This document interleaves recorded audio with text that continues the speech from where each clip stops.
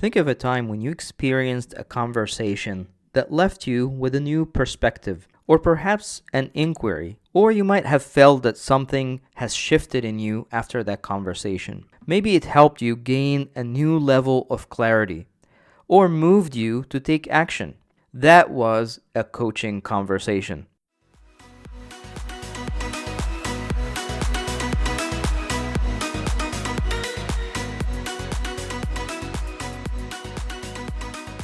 Hello and welcome to the Coaching Conversation. This is our second episode, and I'm really excited to have Diana Larsen with me today. I have been following her work for a while, and I came across her work through, most popular, the Agile Retrospective, Making Good Teams Great. And I also have been following her work on the Agile Fluency Diagnostics, and I'm really excited to have her with me today. Diana, welcome. Oh, thank you, Salah. It's a pleasure to be here. Yeah. So I'm really curious about some of the things that you've done and how your journey unfolded over time. What's what got you where you are today? Uh, well, a lot of people have heard this story, but Yeah. I'll try to keep it not I'll try to keep it short. But so I actually started out as an instructional designer, Mhm. and then moved into sort of training and development and employee development and organization development until I was working in the late 80s and 90s. I was working mostly in work process design. So organization design, work process design arena, that sort of niche of organization development. And we would go into companies that felt like their work process, wasn't giving them the outcome that they wanted. And we would work with their folks to help their folks actually redesign their work. We would just bring in principles, and we'd bring in some trainings about what made a high quality of work life and what made a high quality product or a service, and then we would work with folks to come up with their own work process design. And primarily I was working with folks who were knowledge workers. I worked in high-tech manufacturing and engineering organizations, and also IT, technical kinds of things. And so I did a lot of meeting facilitation and training and coaching folks, because what ended up happening was every single time we did not come in with an outcome in mind. We, were guided by the folks and the nature of their work. And because we were working with knowledge workers, which I now think of as learning workers, um, every single time they created a workflow that included cross-functional self-organizing teams. In the 80s and 90s, we called them self-managing and then self-directing, but it's the same. And but they would pull together teams. They would reorganize their work and pull together teams of people that had various skills so that they could all serve the customer in a kind of seamless flow, and so on. But because of my work with meeting facilitation, I was invited to attend an event by Norman Kurth, who wrote the Project Retrospectives book. Um, that was a group of about 20 people spending a week together talking about coaching and consulting practices. And so the first one was in 1997, and I continued to attend over the next several years. And at that event, I met a number of folks who ended up later being Agile Manifesto signers, and people who had put a lot of effort into sort of the shift from thinking about small talk and object-oriented and patterns, and to moving into thinking about what were some lightweight software development methods and so on. And so as we began to talk, I was really interested in how they were approaching it in the software world, and they were really interested in what I knew about how, what that meant for organizational change and how managers needed to think differently about managing the work. And one way and another, I teamed up for a little while with Joshua Karyevsky and a couple of other folks to do some presentations at conferences about those topics. And it just rolled into, I became a part, a fairly early part of the Agile movement just by that fluke of being invited to that event and then showing up. And then after that, I began to look around and say, well, what contribution can I make here? And I wrote a few things. Kent Beck had me write something for his some Cutter IT journal issues that he edited, and I wrote a commentary for that. And Joshua and I were, of course, doing the presenting at conferences, and Norm was having me come in and be facilitator for some retrospectives, end of project retrospectives that he was doing. And so that all kind of kept rolling to, we started the retrospective facilitators gathering together in 2002. And an outcome of that was I met Esther, and she and I began collaborating and decided that it might be a good idea if we wrote the Agile Retrospectives book. We didn't have that title in the beginning, but that's how. And then because of that, I also met Linda Rising, and she invited me to be a part of the Agile Alliance board of directors. And it just those things, I just kept opening new doors, and so I looked for ways to contribute with the retrospectives book and the Liftoff book about helping teams get started, because we had done quite a bit of that in the work process days. And then that rolled into James and I writing the Agile Fluency Model article, and then writing a book with my son, 5 Rules of Accelerated Learning, because that's the continuing theme through the whole thing, is how do we help individuals and groups of people learn on the job, learn at work most effectively. And that goes all the way back to where I started in instructional design, of loving the idea of helping people learn the things that they wanted to learn and that were most important to them. So that's how it all worked. Wow. Yeah, it's quite a journey. Look, in retrospect, it looks like it's something I could have planned, but it certainly wasn't planned.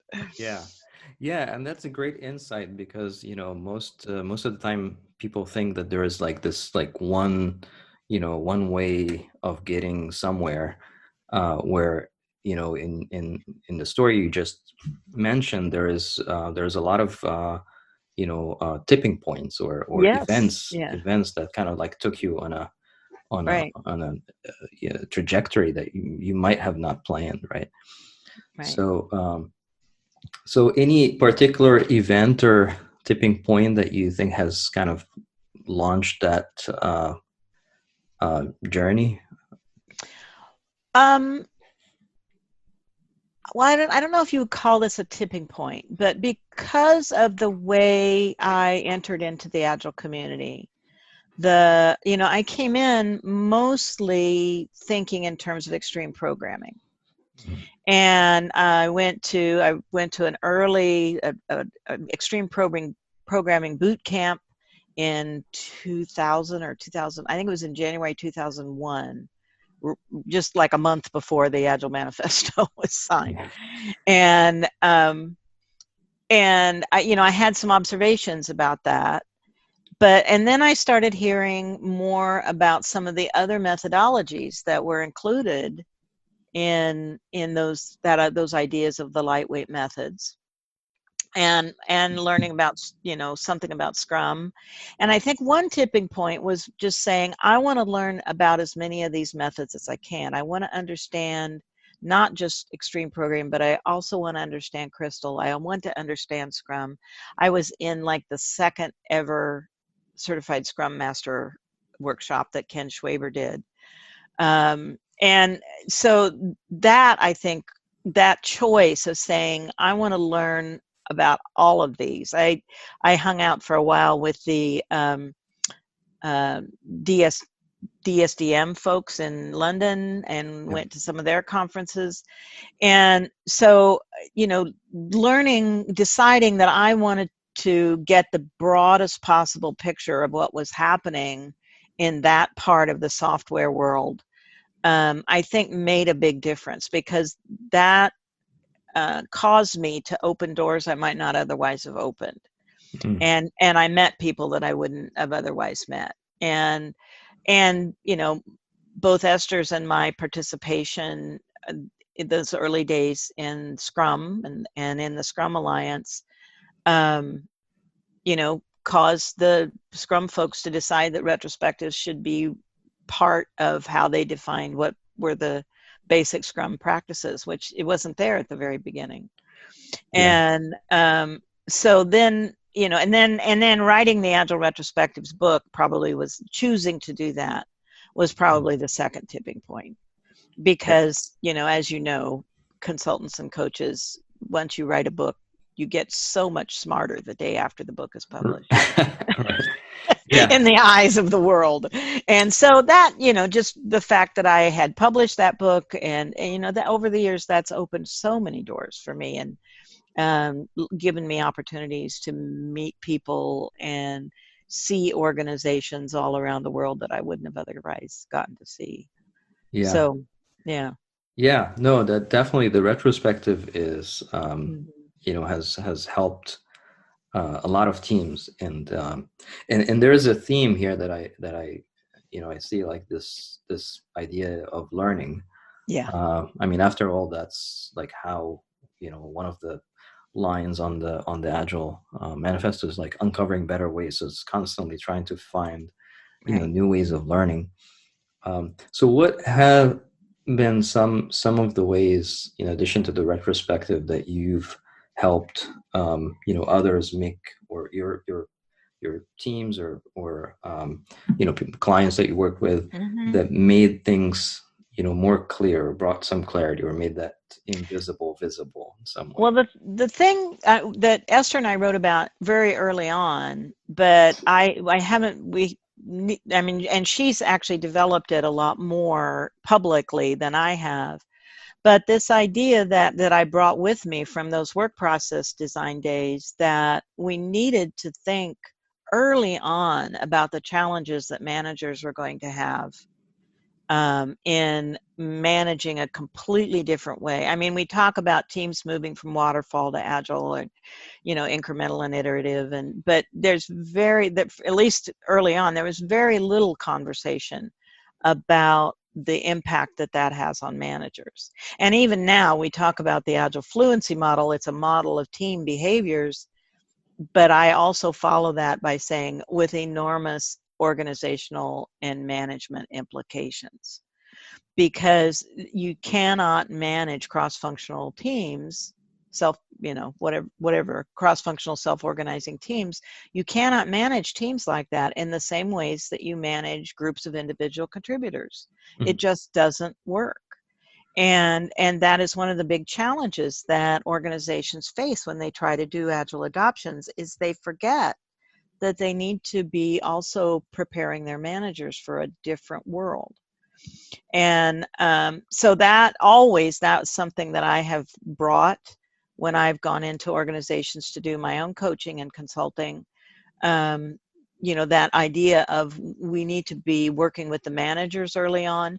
We need to be working with other parts of the system early on. We need to be talking to HR about how their policies impact teams. We need to be talking to facilities about how their policies might impact how teams create their work environments. Thinking more actually in terms of the system that teams are embedded in and what needs to shift there. That's always been a part of my work. But I haven't been that's not the part that I've written about or that I've talked about as much in public. I did more in the early days, but after the Agile Retrospectives book was published, I didn't as much. But I was always using those things and using those tools that I had learned early on. And it does make a huge difference. And understanding that when you're making a shift, when you're adopting Agile in your organization, you're making a shift to Agile, that is change. That is an organizational change. Even if you're only shifting one team, it will eventually have, and usually sooner rather than later, impacts on the rest of the organization. And so for thinking that you can just go in and tweak the teams without dealing with the larger changes that are going to happen is false. It leads people down a path of not feeling like their Agile adoption has been very successful. Yeah. And so those are some things, kind of in the background that I've been thinking about, and as well as, and that leads me to think about learning organizations and, how do organizations learn. And so for a while I've been doing a talk called either leading heroic learners or leading teams of heroic learners, those kinds of things, and how leadership of knowledge work teams is really about setting conditions for people to learn most effectively. And the feedback loops that you get from customers, that's learning.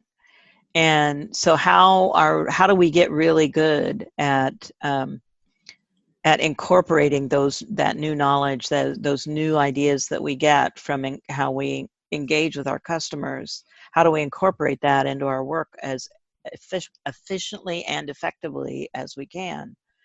Yeah. Those are all pieces and parts of it. And, you can only sort of focus on one bit at a time. Yeah. Yeah. It feels, But yeah.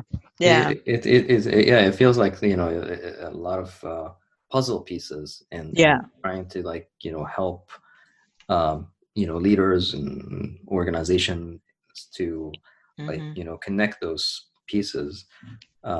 So what has been, some of the ways that you've started that conversation? Because, usually, everyone is, every company, I mean, they know that learning is important, but there seems to be not enough focus on that.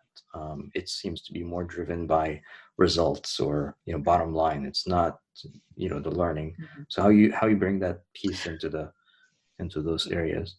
Yeah, well, that was one, I guess, impetus for the Agile Fluency Model.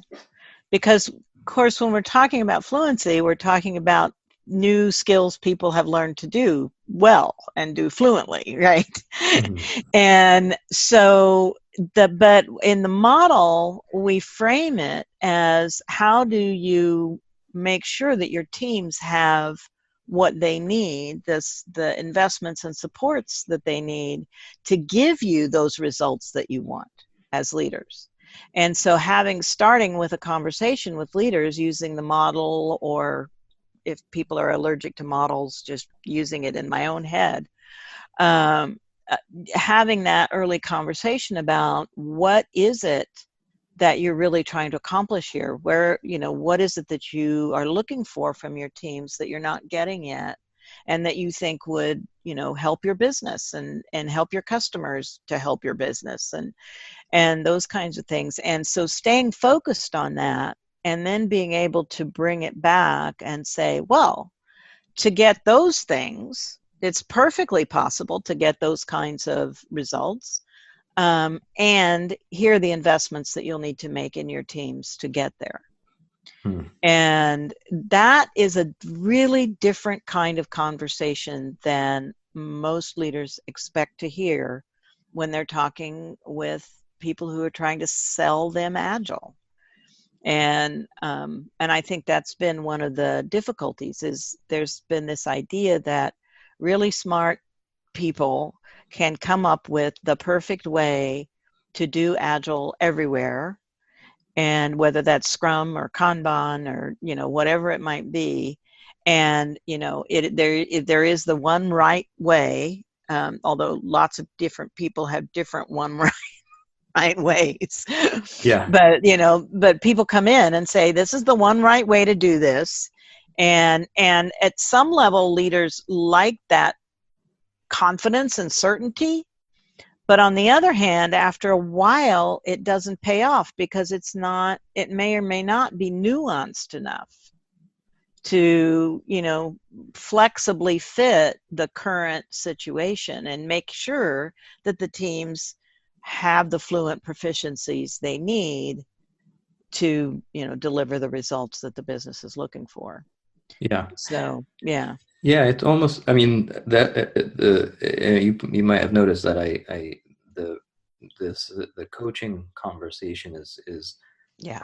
is very similar to how, you know, coaching happened for individuals. Like, you know, okay, where do you want to go and where are you today? And then you kind of formulate some strategies, like, you know, maybe in an organizational you know, a context, you know, there has to be some sort of like, okay, where do we want to go?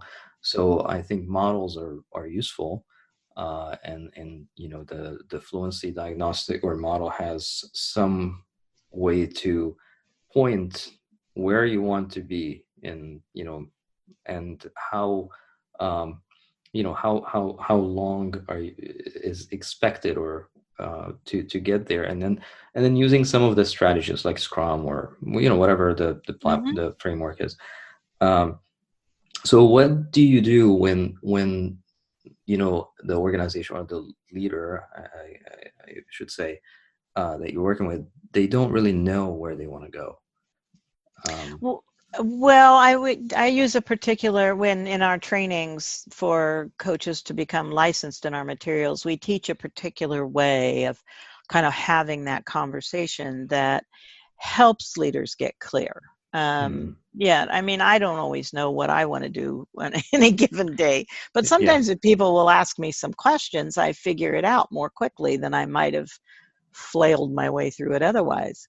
And so having a set of questions to ask about, you know, well, kind of what is the difference that you are looking for here? What have you already identified? And if those differences happened, you know, what would you expect to see that's different in your organization that would tell you it had happened and happened in a good way, that is really helping you? And if you saw those things happening in your organization, what would you expect the benefit that would come back to the organization for doing that? You know, what in addition to being able to see these changes, what outcome would that have?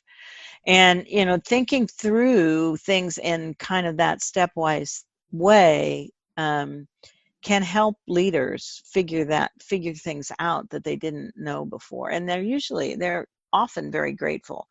And the other piece is I don't work with leaders that are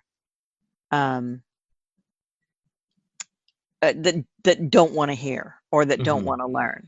So I'm very particular about my customers. I won't work with just anybody. they have to kind of prove to me too that they are, you know, that they are willing to think deeply about what they want and need, and that they are willing to have that conversation, because otherwise I'm not sure I can help them anyway, and it's just a big waste of both of our time. So so I look for folks where I can get access to the people who have the wherewithal to, you know, either the internal company influence or the budget or some leveraging point that they can actually make things happen in their organization, or, you know, encourage things to happen in their organization, set the conditions for things to happen. And so those are the folks I like to work with. And otherwise, you know, I'm not that interested. So I end up working not usually with a lot of very large companies, because often the bureaucracy is so set. And a friend of mentor and friend of mine many years ago, her name's Kathy Dannemiller, is an organization development person specialist. She used to talk about organizational arthritis, that organizations got rigid wherever there were the joints, wherever there were connectors, because they would set up these policies about how people could interact, or departments could interact and things, and that it created organizational arthritis. So I try to stay away from organizations that have developed too much organizational arthritis. Right. Yeah, that's a great metaphor. Yeah, I look for folks that still have some flexibility and Yeah. can make some changes. Yeah. I think, I mean, that willingness is really important, because sometimes, as a consultant or a coach, I mean, we wear like multiple hats, and sometimes, leaders or companies, they think that they want someone to tell them the answer, but they're not willing to really take any action to gain more clarity, right? Right. So it becomes very hard to learn faster. Yeah. So it brings us back to this, like, the value of learning that you mentioned earlier. And so what is some of the the techniques or tools? I mean, obviously the Agile Fluency Model is a big part of the tools that you've developed and used. Mm-hmm. What are other techniques or tools that you have brought to companies, or that would help accelerate the learning? Right. Well, two that I've written about are initially chartering the teams, getting clear about the product vision together, getting clear about what each team's contribution to that product vision is. Do they, are they the only team working on this product? Are they one of a number of teams? And what are their individual and unique contributions to making that product go? And then the parts of that, the knowing that purpose, and then spending a little time helping the team align and get ready to do its work together, and then helping the team understand something about the context that it's in, and then all the other parts of Liftoff that might be necessary, hearing about how this product or this effort that the team is being asked to put in, where does that sit in the overall business direction, and what contribution is that making?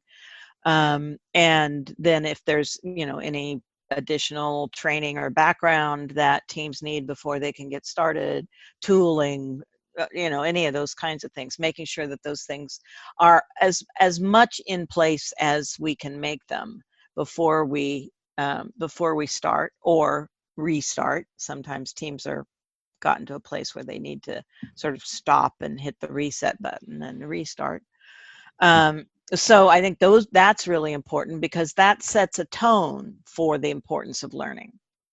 Yeah. And then moving into ensuring that people are regarding whatever meetings or collaboration practices that they are putting in place, that they are doing that in a context that encourages learning, that they understand that, you don't do sprint planning and a stand-up meeting and a demo just so you can check off on the box that you did all those things this sprint, but you do them for a learning purpose. You do the sprint planning because you really want to learn what is possible for us to get done this time, and how is that different than what we could get done last time, and what direction are we trying to head that in. And then at the daily stand-up, I really have encouraged folks to move. I have a whole list of different 3-question things that I use. But one of them is, what did I learn yesterday that could help the whole team? What am I hoping to learn today? And what's getting in the way of me learning the things I need to learn? And, that's a different way of thinking about it, but thinking about that stand-up meeting as an opportunity to, to learn what my other teammates are doing, if we're not mobbing, and so on. I mean, if you're mobbing, then you don't need that meeting. But if people are working in pairs or working on separate projects, research projects, or spikes, those kinds of things, you might need to take the time to do that stand-up meeting and just very briefly share with each other so that people know what's going on.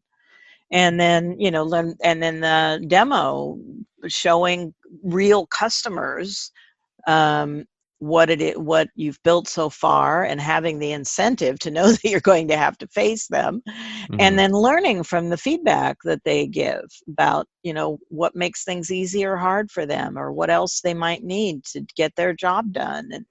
And so that's another learning challenge. And so it just keeps going. And then, of course, the retrospective. How do we respond to all these learning challenges? What do we want to do with the way we do our engineering practices? What do we want to do with the way we interact with other parts of our organization? How are we doing in our own internal collaboration? I mean, it's such a rich opportunity. And Esther and I proposed a 5-step model for holding a retrospective and making sure that you can get through that in a good way, so that groups of people can learn together. And then there's also some of the information that's out there about the way in the military, they do something called after action reviews or lessons learned, and the firefighters, or the Toyota kata, the improvement kata, that is out there. I mean, all of those, as long as you are focused on learning in the service of improving what's going on and in all aspects. So those are the kinds of things I bring. I look for the opportunities to make sure, and then I look for the opportunities for ongoing learning, so that a number of organizations I've worked with, I didn't necessarily influence them to do that, but at some point or another have decided to do set aside learning, so that learning time, so that everyone can work on projects or of their own, or that they can bring back, or that just is a way of them learning more about some part of what's going on that interests them. That support, it really makes a big difference. And then, of course, working with the managers so that they can learn how they can take what they already know and use it in a different way to continue to be effective. I mean, it sounds like you're really bringing the focus back on learning, and how do we learn fast, and not just learn fast, but also how do we facilitate the learning and create the space for it to emerge and happen. And part of that is creating a network, because a lot of the things that people need to learn, I don't know how to teach, I don't have experience with. And so creating a rich network of colleagues who I can ask to come in or to help out, I think that's important too. So the when you said the questions around, like, what did you learn today, what are you planning to learn, and is there anything that is getting in the way of learning, that's those questions could be applicable to not just this, the daily stand-up. It could be like something that is organizational wide, like, what is getting in the way of us learning and fast. Well, and to be fair, I have to say I borrowed that from one of the early extreme programming books, the Ken Hours, I believe may not be the red book, it might be one of the pinker ones, but but that talked about using that daily stand-up as a learning opportunity, and that really got me thinking about bringing that in. So I like to give credit where where it's due, and Ken Hour was my source for that one. That's that when I think about these questions, and they are very they're also applicable at the individual level, not just the team level. Like, what do I want to learn today? Like, imagine if team members go into a project or building something, understanding, like, what is it that they're trying to learn. So you've facilitated a lot of different learning environments, and you have an understanding of like instructional design and learning, what is, what do you say is like the most, the biggest impediment for learning? Oh, the biggest impediment. Oh, that one's hard. Well, I would say it's lack of connection. I mean, one of the things that you were reminding me of is how much I love open space conferences where people get to really manage all their own learning, and I've had the real pleasure of being able to facilitate those over the years, and it's like watching a beautiful dance to me. Mm-hmm. And so when I think about that as as one of the things I think of as the epitome of really effective, rich group learning going on, things that block people from talking to each other, things that where I think of learning as it's like respiration, right? Learning is the inspiration and then exhaling, and so right, the inhaling and exhaling, right? And it's like when people think that they can just keep work without ever taking time to stop and reflect and learn about what they've just done and decide what that tells them about what they should do next. It's like trying to breathe by only exhaling, right? Just Yeah. and you can't do that. You need both. You need the inhale and the exhale to make it really work. And so you need the time to reflect and learn, and then the time to practice what you've learned or try out the new thing. And so I think that's one of the big things is when people aren't given time, space, permission, that gets difficult. And sometimes that happens because of that organizational arthritis, right? There's blocks put in the way. Mm-hmm. And or having conversations across organizational boundaries when we really need to learn something about what is going on over there, because that's going to impact what goes on here with what we're trying to do, and some of those kinds of things. So I think, and then people have a very hard time. A lot of schooling, not all of it, but a lot of schooling teaches us that we're supposed to know it all. And that gets in the way of us learning because we think we were already supposed to know it. And so then we just get imposter syndrome and we get, all these things. Oh, I was already supposed to know this and I don't know it. And oh, there's something wrong with me. And really, it's just, no, you give yourself permission to learn the new thing, right? And I think that sense, I mean, it's interesting to me. I was in an organization one time where I was doing a presentation, to kind of an all hands presentation, and I was told, don't expect any questions at the end because no one can admit that they didn't already know it all. And it made me so sad. But they had all been hired based on the premise that they were experts in their field, they were the best and brightest, and so they didn't dare show that there was something, some area where they weren't fully capable and competent. And that just, it was sad. It made me sad. And I felt bad for them.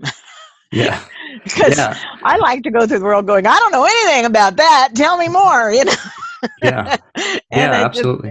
there's a joy in that, and for me, and it felt like some of these folks were being blocked from that by the expectations that they already should know it all, both that the organization was putting on them and that they were putting on themselves. They were adopting for themselves. Yeah. It's almost like the vicious loop of like, someone, is expecting people to know it all, and then people pretend to know it all. So I Right. can just keep like, Right. reinforcing each other. So that's a very I mean, this is a very rich conversation. Like a lot of blockage, Right. or like you said, arthritis and organizational arthritis to learning. And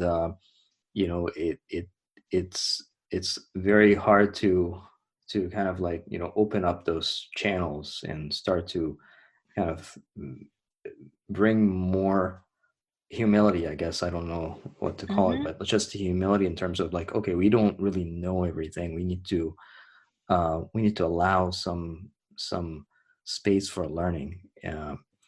And So what have you noticed, with organization that has been successful in making learning or bringing more, time and space for learning? What has been some of the things that they do well, like, that maybe others can learn from? Um, well, I think one thing is frequently checking in on how the team is doing. I mean, the team checking in on itself, people on the team taking responsibility to do that, and knowing that they are not only just have permission to do that, they're actually encouraged to do that. Mm. Um, I think that's an important indicator. Um, the the time for I mean, I'm thinking about a couple of organizations I know that have actually contributed a lot uh, back to the community because their people show up at conferences and share what they've learned. And it's very much kind of that gift economy, sharing back kind of Mm-hmm. thing, and bringing new practices because they share what they learn as part of their work. I think that is, and then the organization is supporting them to do that, to go to conferences and do that. Now, it's going to be very different now. We're not going to Mm-hmm. fly across the country to go to conferences, at least not in the short term. But Right. I'm noticing that more and more folks are organizing online conferences now. Mm-hmm. And more folks are doing podcasts, where it's just an opportunity for people to share, what they can contribute back. And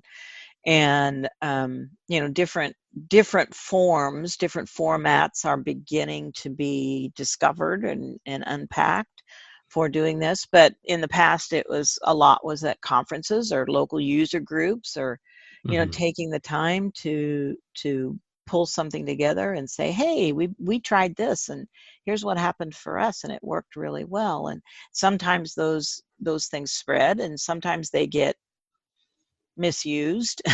Yeah. And so you want folks to kind of make that adjustment. Um, but there are things like, I've heard about a number of organizations that do ongoing, regular internal open space Mm-hmm. Mm-hmm.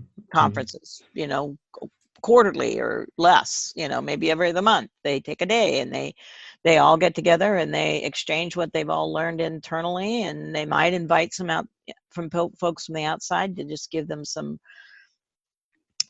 fresh ideas. But they're just, Yeah. those are the kinds of things I see. I see that kind of rich exchange going on, where people are looking for what they can contribute. And, it's one of the things in one of the principles of open space, or actually it's the law of open space. It's called the law of mobility, or it was originally Mm-hmm. called the law of 2 feet. That if you find yourself in a place where you're neither learning or contributing, Mm-hmm. go someplace where you can be contributing or you can be learning from someone. Yeah. And when I see people actually putting that into action, I know that there's real learning going on in that organization. Yeah.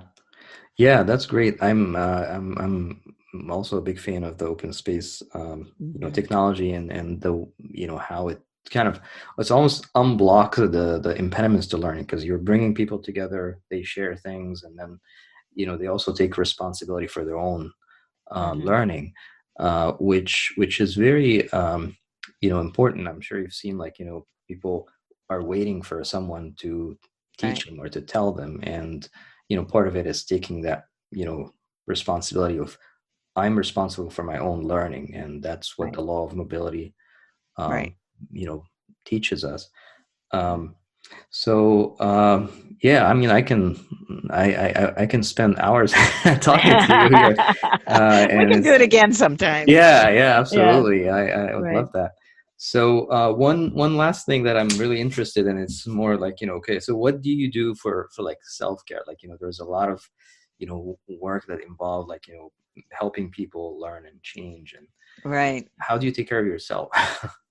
How do I take care of myself? Well, as I've gotten older, that's gotten more important. Mm. I I pay attention, a lot of attention to my physical well-being. I was doing regular strength training. I regularly see body work people to make sure that my body is staying in alignment, and that kind of thing. I try very hard to get a lot of sleep. I make sure that I have things to do in my life that are extraordinarily satisfying, but not necessarily intellectual. I do a lot of different kinds of handcrafts. Mm. I can't settle on just one, so I do a Yeah. bunch of different ones. A lot of learning. But yeah, and I love learning how the new techniques and things for, how to do this crochet stitch, or how to create that beading effect, or whatever it might be, weaving. So I make sure that my relationships are solid and supportive, Mm. both ways, that I have people around me that I can turn to for support, and I uh, give that support to other folks. And nature, I like, I like just being out in whether it's in our really luscious garden and yard, or going out into the woods. I mean, I live in Oregon, and so I'm Mm. so fortunate that it's never very Beautiful. far to some place that where there's a lot of good oxygen being made by trees. Yeah. Yeah, I mean, Yeah, that's important, getting out yeah, and getting some fresh air. yeah, right. So yeah, Diana, thank you very much for your time and spending and sharing your insights and wisdom here. Really appreciate it. And again, it's my pleasure.